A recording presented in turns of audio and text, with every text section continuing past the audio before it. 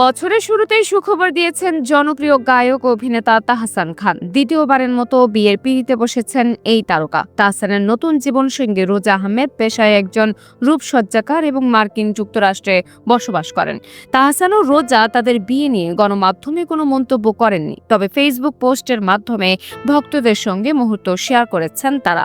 4 জানুয়ারি তাহসান একটি ফেসবুক পোস্টে রোজার সঙ্গে ছবি দিয়ে লিখেছেন, কোনো এক ছুটির দিনে যখন আমি পিয়ানোতে আমার সুরে নাচের মুদ্রায় সেই তুমিকে, যার ছন্দের মুগ্ধতায় কেটে যাবে বাকিটা জীবন।